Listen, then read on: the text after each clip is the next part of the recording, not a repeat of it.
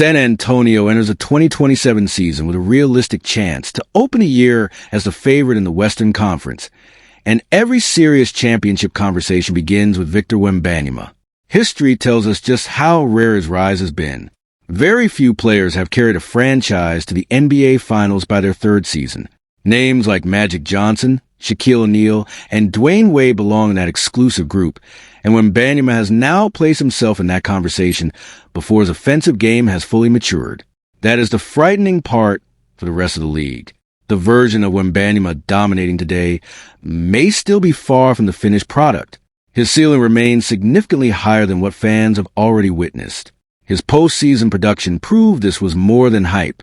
Wembanyama delivered performances normally reserved for veteran superstars, including historic scoring, rebounding, and shot-blocking numbers that immediately entered NBA record books. His playoff block total alone became one of the greatest offensive introductions the league has ever seen from a young player. That kind of impact cannot be measured only by points. Every possession changes when he is on the floor, because opponents constantly adjust their entire offensive strategy just to avoid him. Coaches spend days preparing for his presence, yet many still fail to find answers once the game begins. Advanced statistics only strengthen his case. San Antonio consistently became one of the league's best defensive teams whenever Wembanyama stepped onto the floor. Opponents attacked the basket less often, settled for more difficult jump shots, and watched their offensive efficiency collapse. The Spurs' overall point differential surged whenever he played, showing that his influence extended well beyond traditional box score numbers. Even on nights when his shot was not falling, he remained the most valuable player on the court because elite defense never disappears.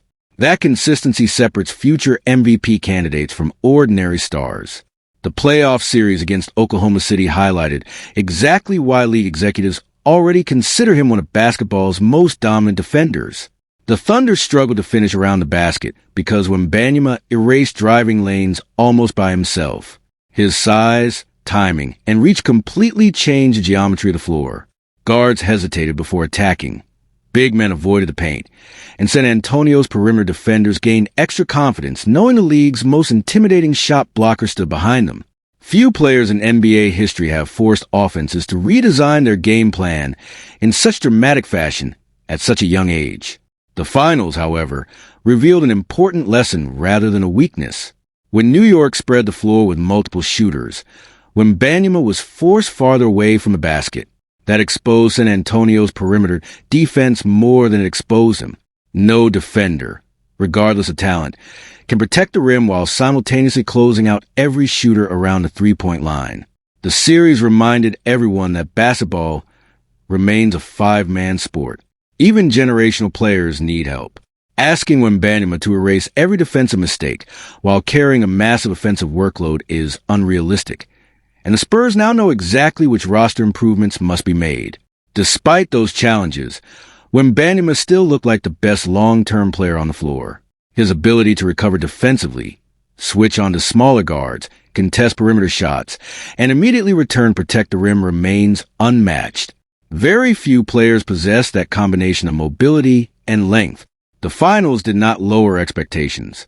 If anything, they clarified what San Antonio must build around him. Give him stronger perimeter defenders and more reliable shooters, and the Spurs instantly become one of the most complete teams in basketball. The next phase of his development centers on offense. He does not need to become another Giannis Antetokounmpo by attacking downhill on every possession, because his body type naturally favors a different style. Instead, the biggest opportunity lies in creating an unstoppable mid-range weapon. Standing well over 7 feet tall, Wembanyama already shoots over nearly every defender. If he develops a dependable turnaround jumper or face-up mid-range shot, opposing defenses will face an impossible decision. Double-team him and expose open teammates, or leave him one-on-one and surrender efficient points.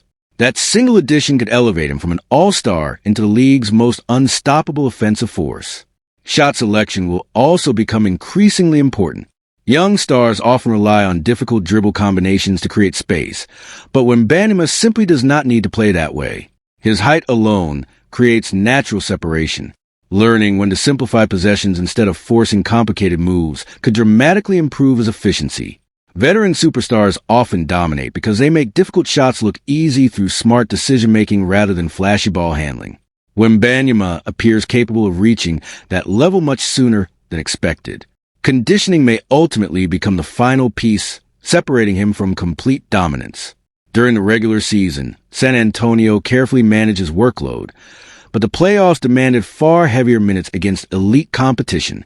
As every postseason game became more physical, fatigue naturally accumulated. Building the endurance to maintain peak performance over an entire championship run will be critical. The Spurs understand that protecting his long-term health remains important, but championship basketball requires stars to sustain elite production deep into May and June. If Wembanyama adds even greater stamina while continuing to refine his offensive skill set, San Antonio's championship window may arrive much faster than anyone imagined. The biggest challenge Victor Wembanyama faces is not simply playing more minutes. It is surviving the kind of minutes that decide championships. Regular season basketball and playoff basketball are completely different worlds. During the season, players can manage their energy over long stretches, but once the postseason begins, every possession becomes a battle. Every defensive rotation matters. Every offensive possession carries enormous pressure. Wembanyama was asked to be San Antonio's entire defensive system, while also carrying a superstar offensive workload, and that type of responsibility drains even the greatest players in NBA history. As the playoffs progressed, the physical toll became impossible to ignore. There were stretches late in close games where Wembanyama simply looked exhausted. His legs were heavier, his movements became slightly slower, and his offensive rhythm occasionally disappeared. That did not happen because he lacked talent. It happened because he was carrying responsibilities that very few third-year players have ever been asked to handle. One night, he looked like the best player in basketball, controlling both ends of the floor. A game later, the fatigue from that enormous workload clearly affected his energy. That is completely normal for a young superstar still adapting to the demands of deep playoff basketball. For San Antonio, the lesson is obvious. The coaching staff must spend the regular season preparing Wembanyama for those intense postseason minutes, instead of simply protecting him from heavy workloads. Building endurance, strength, and recovery habits over an 82-game schedule could make an enormous difference once the playoffs begin.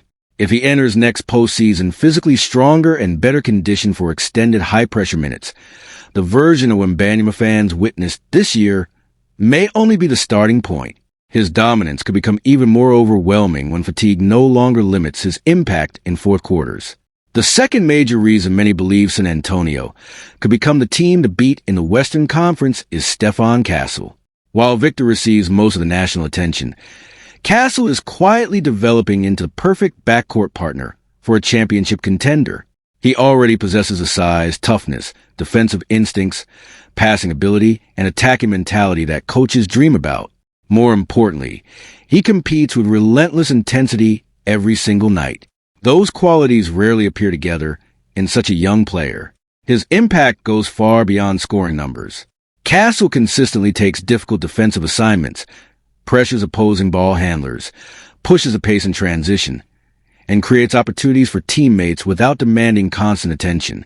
Those winning plays rarely dominate highlight shows, but they are exactly what championship teams depend on. Coaches value players who make everyone around them better, and Castle has already begun doing that despite still being in only his second NBA season. Coming into the league, the biggest concern surrounding Castle was always his outside shooting. Defenders often dared him to shoot, believing they could clog driving lanes without paying a price. Over the second half of the season, and during parts of the playoffs, however, that narrative began to change. His three-point shooting became far more consistent, forcing defenses to respect him beyond the arc. While his jumper cooled during the later playoff rounds, the overall improvement suggested that his shot is moving in the right direction rather than remaining a permanent weakness. That development completely changes his long-term outlook. His defense is already at an elite level for a young guard. His vision and passing continue to improve. He attacks the basket with confidence and embraces physical contact instead of avoiding it. If opposing defenses can no longer ignore him on the perimeter, his offensive value rises dramatically. Suddenly, defenders must close out harder, opening driving lanes where Castle is already extremely effective. One improvement unlocks several other parts of his game. There are still areas that require growth. His turnovers occasionally come at the worst possible moments, particularly when facing aggressive defensive pressure. Tightening his handle and making quicker decisions will be critical as defenses become more sophisticated. Young guards often struggle with reading double teams and protecting the basketball, and Castle is no exception. Those mistakes are expected, but they also represent the clearest path toward becoming an all-star. Even with those growing pains, Castle already produced at a level few second-year guards achieved during a finals run. He delivered scoring, rebounding, playmaking, and efficient shooting while contributing winning basketball on both ends of the floor. His ability to step up under playoff pressure showed that the moment never became too big for him. Instead of looking overwhelmed by the brightest stage, he consistently looked comfortable competing against experienced veterans. One performance, in particular, announced his arrival as a future star. His 40-point triple-double against Minnesota demonstrated that he can completely control a game when given greater responsibility. That outing was not simply about scoring. It showcased his complete skill set, from creating shots for teammates to controlling the tempo and defending multiple positions. Performances like that are usually associated with established superstars, not players still learning the league. Castle's versatility is what makes him so valuable alongside Wembanyama. He does not need the offense built entirely around him to make an enormous impact. He fills gaps wherever they appear. He can defend elite guards, initiate offense, attack the rim, rebound, and keep the ball moving without disrupting team chemistry. Players with that level of adaptability often become the foundation of championship teams because they elevate everyone around them. If his three-point shooting continues to improve and his ball security becomes more reliable, San Antonio could possess one of the league's most complete young backcourts. Combine that with Wembanyama's generational talent, and the Spurs suddenly have far more than a single franchise cornerstone. They have multiple rising stars developing together, each pushing the other toward greatness. That combination is exactly why many around the NBA believe San Antonio is not simply building for the future anymore. They may already be building the next dynasty. The third reason so many people believe San Antonio is ready to dominate the Western Conference is Dylan Harper. If Victor Wembanyama is the franchise cornerstone and Stephon Castle is a rising two-way star, Harper may be the player who completely changes the team's offensive ceiling. The most impressive part isn't simply that he had a strong rookie year. It's that he performed at a historic level during the playoffs while playing with confidence that veterans often spend years trying to develop. Harper's postseason numbers placed him alongside some of the greatest young guards the NBA has ever seen. He broke long-standing rookie playoff record for San Antonio and joined an exclusive group of first-year players whose production matched legends like Magic Johnson. Those achievements are remarkable because playoff basketball usually exposes young players. Defenses become more physical. Coaches exploit weaknesses, and mistakes become costly. Harper handled all of that pressure without looking overwhelmed. Instead of shrinking under the spotlight, he consistently looked like someone who belonged on the biggest stage. What separates Harper from many young guards is the way he scores around the basket. His finishing ability already looks polished beyond his years. He doesn't rely solely on speed or athleticism. Instead, he uses balance, timing, body control, footwork, and patience to create high-percentage shots. He changes angles in midair, absorbs contact, finishes with either hand, and rarely rushes difficult attempts. Those are skills that usually belong to established NBA veterans, not a rookie still learning the league. His creativity in traffic has quickly become one of San Antonio's most dangerous offensive weapons. Defenders often believe they have cut off his driving lane, only to watch him adjust in midair and finish anyway. Bigger defenders struggle because of his touch. Smaller defenders struggle because of his strength. Even when help defense arrives, Harper seems to have a natural instinct for finding space around the rim. Those finishing instincts cannot easily be taught, and they give him a foundation that should translate for many years. That is why his future has become such a fascinating topic throughout the NBA. Most rookies flash potential while still looking raw in several areas. Harper already looks comfortable playing winning basketball under playoff pressure. If this is the version fans are seeing before he fully develops his jumper, improves his strength, and gains additional experience, then projecting his ceiling becomes almost impossible. League executives are already discussing him as someone capable of becoming one of the NBA's premier offensive guards over the next several seasons. Perhaps the most surprising aspect of Harper's rookie campaign was that he accomplished all of this while spending much of the year coming off the bench. Normally, players producing at that level quickly become automatic starters. San Antonio, however, has never operated like a typical NBA franchise. The organization built its dynasty by putting team success ahead of individual roles. Manu Ginobili became one of the greatest six men in basketball history, despite possessing starter-level talent, because the Spurs believed he gave them the best chance to win in that role.